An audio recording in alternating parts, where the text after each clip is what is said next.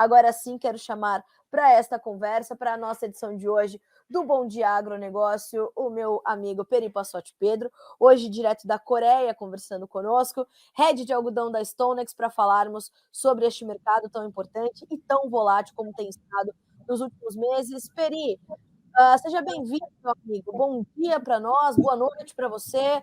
Como é que é? Estamos direto da Coreia hoje. Bom dia, Carla. Estamos sim, a gente está vindo da Coreia hoje.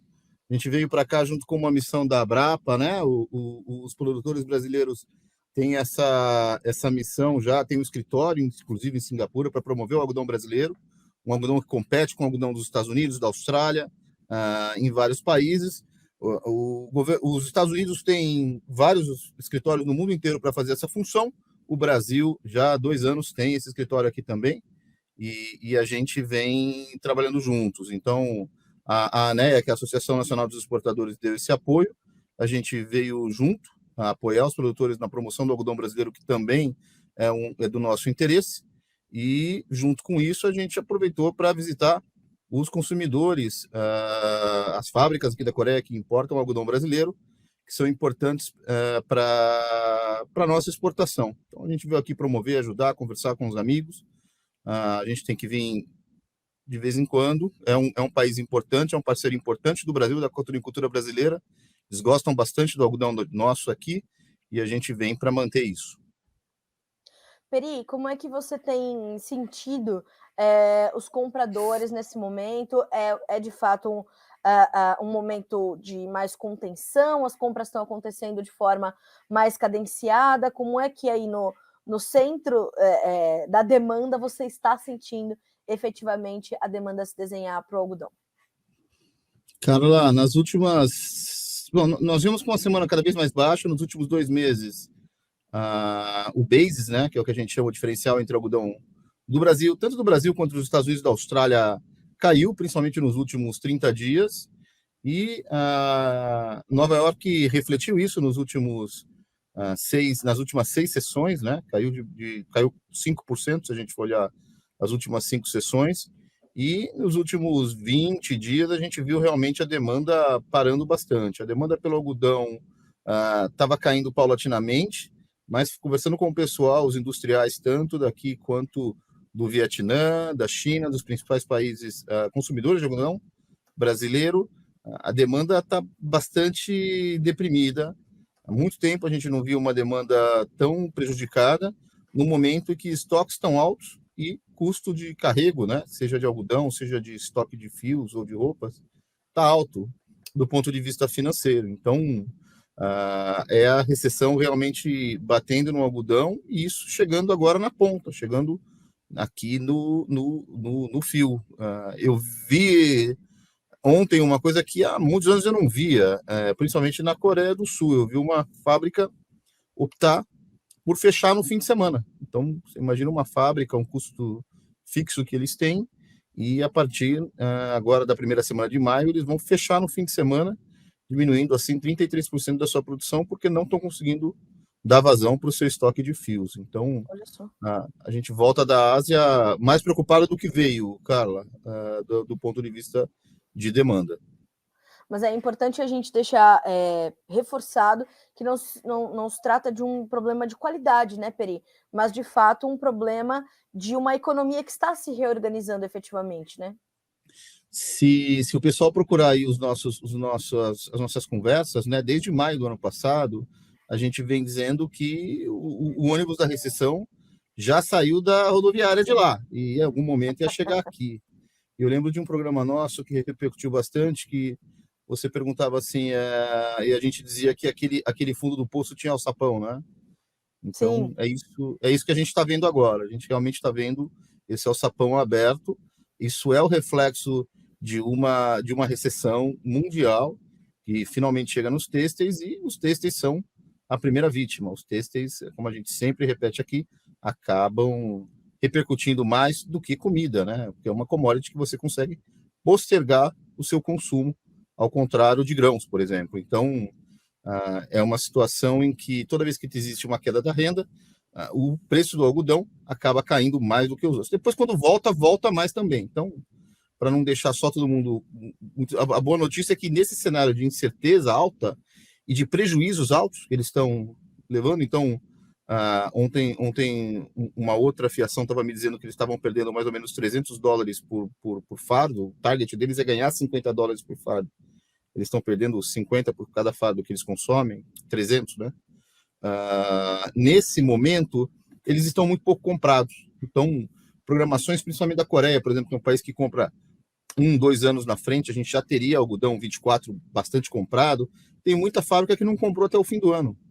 Então, se a gente tiver um cheiro ou uma indicação de que a demanda vai voltar, o preço do algodão pode rebater, pode rebater, mas nesse momento essa indicação, infelizmente, não existe. Vamos ver se até o fim do ano, ou os próximos 4 meses, pelo menos, a gente consegue ter algum cheiro de reversão de tendência de recessão mundial. Mas no momento, do ponto de vista de mundo, aí, o Brasil é um pouco diferente, mas do ponto de vista de mundo, esse é o cheiro que a gente está tendo aqui, Carla. E diante disso, Peri, dessas informações que estão aí no seu horizonte, no seu front, é possível percebermos que, então, essa pressão sobre as cotações futuras do algodão tende a continuar. É essa a leitura que a gente pode ter, pelo menos até esse momento. Hoje, 3 empresas aqui me perguntaram qual era o custo de produção do Brasil. Então, a gente diz que é entre 80 e 85 centavos. Nos Estados Unidos, os números são mais ou menos parecidos. Então, 80, 85 centavos continuam suportes importantes. A gente tem uma esperança que volte para isso o algodão.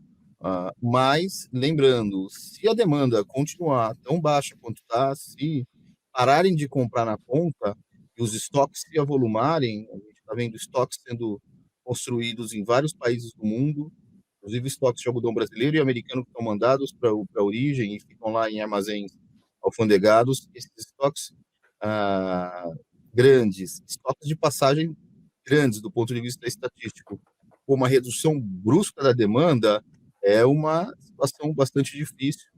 E como que você sai de uma situação dessa, né? Existe um ditado que diz que remédio para preço baixo é preço baixo. Então, a ideia é que os preços baixos desincentivem produtores de países que são sensíveis a preço, nem todos eles são, né? De países que são sensíveis a preço, a diminuir a sua área, eles diminuem a sua área, os estoques enxugam, os preços voltam a subir.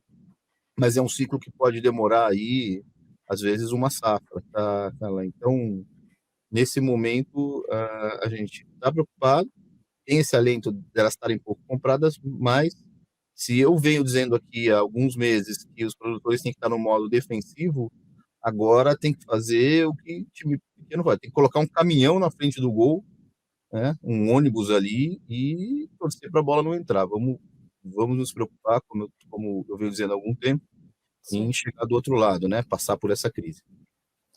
Peri, você pontuou justamente na sua fala também que aqui no Brasil as coisas são um pouco diferentes e que o mercado também se comporta um pouco diferente, né?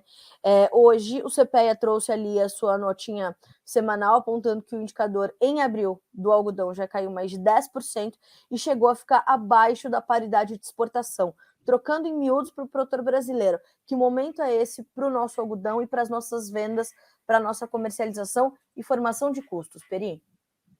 Pois é, o CPEA, ele tem né, mais um tempero, né, que a exportação não tem, que é o dólar, né? Então, o dólar, ele cai bastante, né, nos últimos 30 dias, e agora ele volta um pouquinho, recupera, mas o CPEA ainda está refletindo aquela queda. Aqui dentro, do ponto de vista de consumo, a nossa indústria está preocupada, está com um consumo menor do que tinha em outubro, mas é uma situação ainda melhor do que está lá fora. Ela consegue continuar com a sua capacidade total de produção a pleno vapor. Nós não vemos, por exemplo, férias coletivas ou redução de turnos, como a gente viu na indústria automobilística. Então, a indústria têxtil brasileira, apesar de com margens mais apertadas, apesar de perto ali de estar operando no vermelho, ela continua conseguindo operar e consumir. Ela está relativamente comprada, E ela está vendo os preços caírem. Então, é normal que num ambiente que os preços começam a cair, Carla, as fábricas parem de comprar e falam, opa, deixa eu ver até onde isso vai, deixa eu ver até quanto isso cai para Certo. voltar a comprar.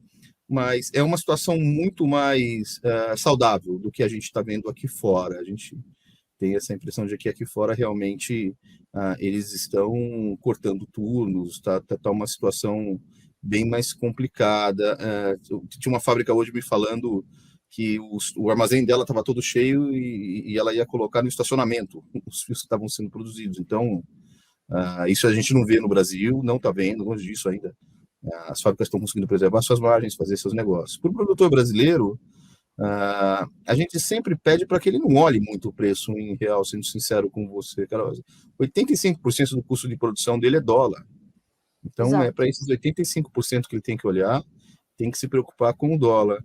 E o produtor que ainda vende no Exalc para o futuro, então você vende no preço do Exalc para entregar daqui a 6 meses, 7 meses, 8 meses, eu acho um pouco mais complicado, porque aí tudo que você pode fazer é torcer para o Exalc ir a seu favor. E a torcida não costuma combinar muito com a atividade empresarial complexa e arriscada que é a agricultura. Então, a situação está melhor aqui, mas não está tão boa quanto em outubro, mas está muito, muito menos prejudicada do que está aqui fora. Agora, Peri, a gente tem visto, por exemplo, no mercado da soja, no mercado do milho, os produtores que não avançaram com suas proteções financeiras ou com suas estratégias de comercialização para não passar por esse momento descobertos, né, de preços pressionados e severamente pressionados, eu diria, sofrendo agora com essa necessidade de entender o momento e avançar justamente com e como é possível com os seus negócios. Como é que a gente traduz isso para o algodão? Existe também essa preocupação do produtor diante do que ele tem visto? Ele tem avançado com as suas proteções justamente para evitar que passe por um momento semelhante como esse, como ele está passando para a soja ou para o milho, por exemplo? Ou o próprio café, se a gente for mais adiante? Carla, tem muito produtor que não vendeu tudo. A gente está há praticamente 2 meses da virada de safra. Então, a partir de julho, o algodão dessa safra passa a ter um desconto muito grande. E a gente viu bastante produtor com os seus estoques, que ele estava segurando, esperando uma valorização na entre-safra, e que agora vem correndo para tentar vender da maneira que pode. A gente tem sido muito procurado e tem feito muitas operações na nossa parte de consultoria para produtores que buscam acumuladores, call spreads, ferramentas que permitam que eles consigam recuperar um pouco desse terreno perdido, mesmo vendendo o seu algodão. E é isso que eles estão fazendo, liquidando o algodão e comprando ferramentas a custo zero ou com algum custo que lhes permita participar, mesmo que de uma maneira limitada, de uma possível subida de Nova York daqui para frente. Mas a gente tem a impressão que os estoques de passagem desse ano estão maiores do que nos anos anteriores. É um estoque historicamente alto. Os produtores seguraram uma parte grande da sua produção, grande em relação aos outros anos, né? E as tradings também têm algodão aqui dentro. Então, tudo isso deve continuar pressionando os preços no mercado interno. A gente viu que esse ano, de janeiro para cá, o Brasil teve uma queda muito grande no volume de exportação, então é algodão que ficou aqui dentro. E esse algodão, se passar de julho, ele vai ter um desconto. Então, as pessoas, os produtores venderam uma parte menor do que historicamente vendiam até e estão sofrendo com essa queda. Isso para a safra atual. Para a próxima safra, a Abrapa reporta um número de 64% do volume vendido, mas a gente tem que lembrar que nem todo esse volume foi vendido a preço fixo. Então, uma parte grande dele está on call e está sofrendo essa queda também. E, novamente, aquele mantra que a gente sempre fala aqui, né, Carla, de colocar tecnologia e tentar buscar ferramentas. A gente tem visto uma busca muito grande, há muito tempo eu não via por essas ferramentas agora, e esse é o momento de tentar buscar tecnologias, inovações e ferramentas que vão te dar um melhor entendimento e uma melhor capacidade de gerenciamento de preço. Mas a verdade é que os produtores de algodão, assim como os da soja, foram pegos no contrapé nessa queda e estão mais expostos do que historicamente estavam, na sua média. Peri, na sua perspectiva, a gente tem de fato um momento de pressão quase que generalizada para as commodities? Não diria um ciclo, mas é de fato uma temporada, um momento de pressão sobre os preços, à exceção de alguns itens, como é o caso do açúcar, por exemplo, que tem um cenário fundamental muito forte. Ontem testou máximas em mais de 10 anos na Bolsa de Nova York, mas de uma forma geral, é um momento de certa pressão generalizada sobre as commodities? Cara, eu vou te falar alguma coisa que eu não vejo nenhum presidente do Banco Central falar, mas que todos os economistas sabem. No momento que a inflação sobe muito, a, a, que o Banco Central tem que fazer, o dever do Banco Central, de qualquer Banco Central do mundo inteiro, é provocar uma recessão. Você não consegue baixar a inflação com demanda forte de gente comprando o tempo todo. Faço parte de conselho de algumas fábricas. Você está lá, você produz 10, você tem 15 de pedido, como é que você vai baixar preço, né? Se você tem uma procura maior do que você consegue produzir. Sim. Então, o que os bancos centrais do mundo todo estão fazendo, isso não é exclusividade do Brasil. Eu estou aqui na Coreia, foi a mesma coisa. Onde a gente vai, né? Os bancos centrais do mundo todo estão provocando uma recessão. Eles estão provocando essa recessão já há mais de um ano, subindo os juros, alguns de uma maneira mais forte, mais eficiente, como foi a gente, outros de uma maneira mais preguiçosa, menos eficiente, como é o caso da Europa, por exemplo, né? E um meio termo, que é o caso dos Estados Unidos, mas todo mundo está provocando uma recessão e com sucesso. Então, essa recessão ela vinha, como eu te falei, de uma maneira diferente, sui generis, com um desemprego mais baixo, mas é uma recessão provocada pelo Banco Central através da subida de juros altos. E eles estão conseguindo, com sucesso, fazer o que eles têm que fazer, que é provocar a recessão, fazer com que caia preços, fazer com que caia a demanda, as pessoas parem de comprar preocupadas com um desemprego mais alto, preocupadas com uma parcela, de repente, de um financiamento que ela ia fazer do carro, da casa, de alguma coisa, do eletrodoméstico. Agora, essa parcela subiu, ela para de comprar, e parando de comprar, os preços caem. Uma vez que os preços caem, aí caiu bastante, caiu. Aí os bancos centrais vão dosar em que momento eles vão baixar os juros, né? Porque ninguém gosta de juros altos, a gente só mantém para poder segurar a inflação. Então, isso é uma coisa que está acontecendo nos Estados Unidos, aqui no mundo todo, exceto por um país ou outro em que o populismo fala mais alto. É o caso da Turquia, que explodiu a inflação, é o caso da Argentina, mas isso como é que eu vou te falar? É como a gravidade, cara, não tem muito o que fazer. Essa queda generalizada de preços das commodities e de algumas coisas que não são commodities, a gente está vendo isso com carro, a gente está vendo isso com aluguel, a gente deve começar a ver isso no setor imobiliário nos Estados Unidos, está acontecendo pra caramba. Essa é a função do Banco Central, derrubar os preços, e as commodities não são imunes a isso. E é interessante que, enquanto todos os bancos centrais mundo afora fazem isso, avançam com essa situação, a gente vê aqui no Brasil o presidente do Banco Central passar por uma sabatina no Senado, porque está mantendo ali a nossa taxa básica de juros de acordo com o que mostra a nossa economia, né, Peri? A gente tem essa coisa. Eu vi uma coisa, você, tão interessante hoje na Argentina. Eles estão. A gente sabe que se você imprime dinheiro, isso pressiona a inflação. Então, eles contrataram um Banco Central da Europa para imprimir o dinheiro para eles, para que a inflação não aconteça. O dinheiro veio do mesmo jeito. Então, esse desconhecimento das regras básicas de economia.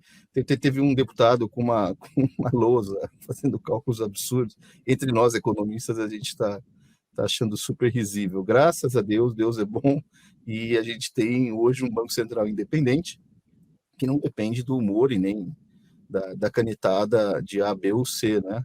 É lógico que a gente quer a gente quer calor também, mas né, às vezes está frio e você tem que pôr a blusa, né? A gente não gosta de pôr a blusa, mas se está frio, você põe a blusa. Se explodiu a inflação, você sobe juros. A gente não gosta de subir juros, ninguém gosta, ninguém quer subir juros. Mas subiu a inflação, você sobe juros. Isso não fui eu que inventei, a culpa não é minha, nem tua, nem deles. E a gente não derruba nem o frio e nem a inflação na canetada, e muito menos os juros. A gente precisa tomar as medidas para que isso aconteça. Bom, Peri, sempre bom ter você conosco aqui no Bom Dia Agro, no Notícias Agrícolas de uma forma geral. As portas são sempre abertas para ti, meu amigo. Bom para você aí na Coreia. Volte com mais informações ainda para nós e trazendo o reforço da importante presença do algodão brasileiro mundo afora. Obrigada mais uma vez. Bom trabalho para ti por aí e para todo o time da Abrapa que está nessa missão importantíssima. Obrigada mais uma vez. Carla, obrigado a você. Sempre um prazer trabalhar com você, sempre um participar aqui. Quando você quiser, a gente é fã do canal. A hora que você chamar, a gente está aqui à disposição. Grande abraço. Muito obrigada. Obrigada, Peri. Boa noite para você por aí, bom descanso. Imagino que agora você vai dar uma relaxada, vai dar uma descansada. O dia de trabalho já foi, amanhã tem mais, meu amigo. Obrigada. Tem mais 2 paus hoje, Carla. Mais dois. Tem mais 2. Bom trabalho, né? Bom dia e bom trabalho. Obrigado. Obrigada, Peri. Tchau, tchau. Senhoras e senhores, o grande Peri Passotti Pedro, sempre bom a gente ter o Peri conosco para nos trazer não só as informações sobre o mercado do algodão, mas como o Peri falou, né, economista, e ontem eu falava sobre essa crítica, né, que Lula continua tecendo ao Banco Central, ao Comitê de Política Monetária, por conta da manutenção da Selic no Brasil em 13,75%. E eu dizia, não vai ser na canetada nem na marretada, presidente.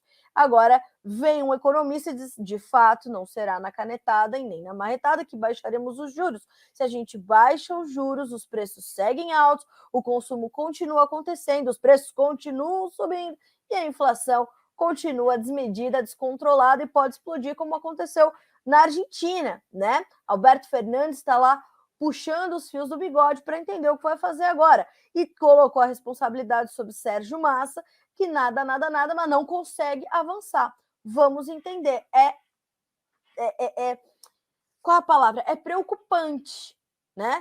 Porque é uma decisão, de novo eu vou falar aqui no Bom Dia Agro, técnica. Não adianta a gente pensar que são ali grandes líderes do mal reunidos, mantendo a taxa básica de juros deste país em 13,75%. Tá certo? Vamos acompanhar.